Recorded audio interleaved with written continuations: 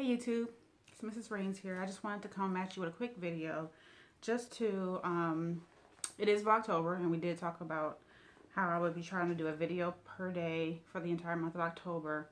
So as you see these videos, I'm filming them and then uploading them a day behind. So to catch back up, I'm going to have to do 2 videos in one day because of how my schedule went. But today's video is going to be the Sunday sermon notes. So basically on Sunday, our pastor gave a sermon. He talked from 1 Samuel chapter 18. And it basically talks about where King Saul had this growing fear of David because he was jealous of him. Because all over town people were saying, you know, David had slain tens of thousands while Saul only slain his thousands. So he was becoming more and more jealous. And he decided he would scheme by offering his daughter's hand in marriage to David. And he was planning to use her as a snare for David because clearly she was a snare for him in his own household.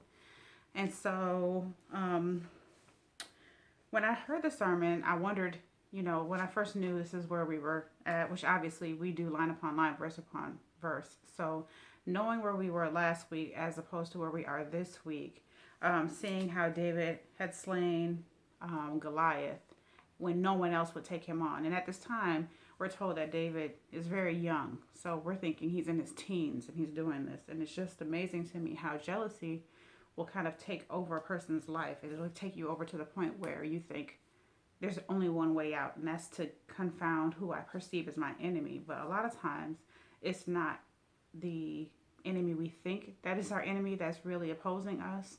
And at this time, Saul was afraid of David, not necessarily because David was a mighty man or he was strong or any of those attributes. It was because God was with David and God was no longer with Saul. So he was fearful of David because of what David represented. David was representing the Lord. So it was a good message. It's definitely something you can take some life application today, that you better believe if the Lord is not with you, then all things are going to oppose you. It was like the world was slowly caving in on Saul, and he didn't even see that his refusal to be obedient to God is what led him down this path and subsequently lost him the throne. It even lost the respect of his son because his son Jonathan actually sided with David. His daughter, Michal, we're told that she was in love with David. So Saul's family was obviously torn apart by his unwillingness to submit to the Lord. So it was an interesting message. It was a good discussion. Also, this month for our church is Pastor Appreciation Month. So there was an introduction and prayer to that on Sunday. This coming Sunday, we have some other things planned as well as the rest of the month, each Sunday of the month. So when I do the sermon notes, I probably will talk about some of those things that we plan to do. I can't tell you today what we plan for next Sunday, just in case anybody's watching. I don't want to spoil the surprise. So that was our Sunday. And right now, just getting some dinner ready and thought I would stop in and do a video. And hopefully I can go ahead and plan for you tomorrow's video. So tomorrow's video is the my weekly cleaning checklist that would be completed on Monday.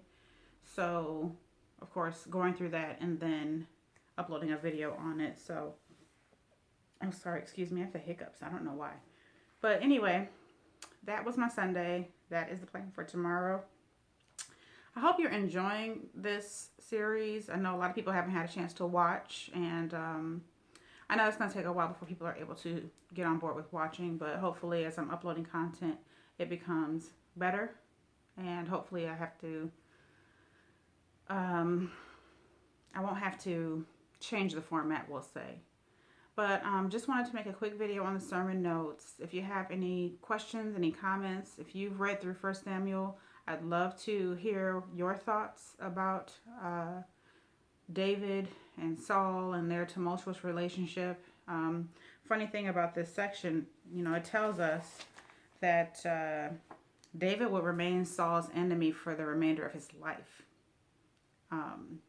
or vice versa. Saul would remain David's enemy for the remainder of his life.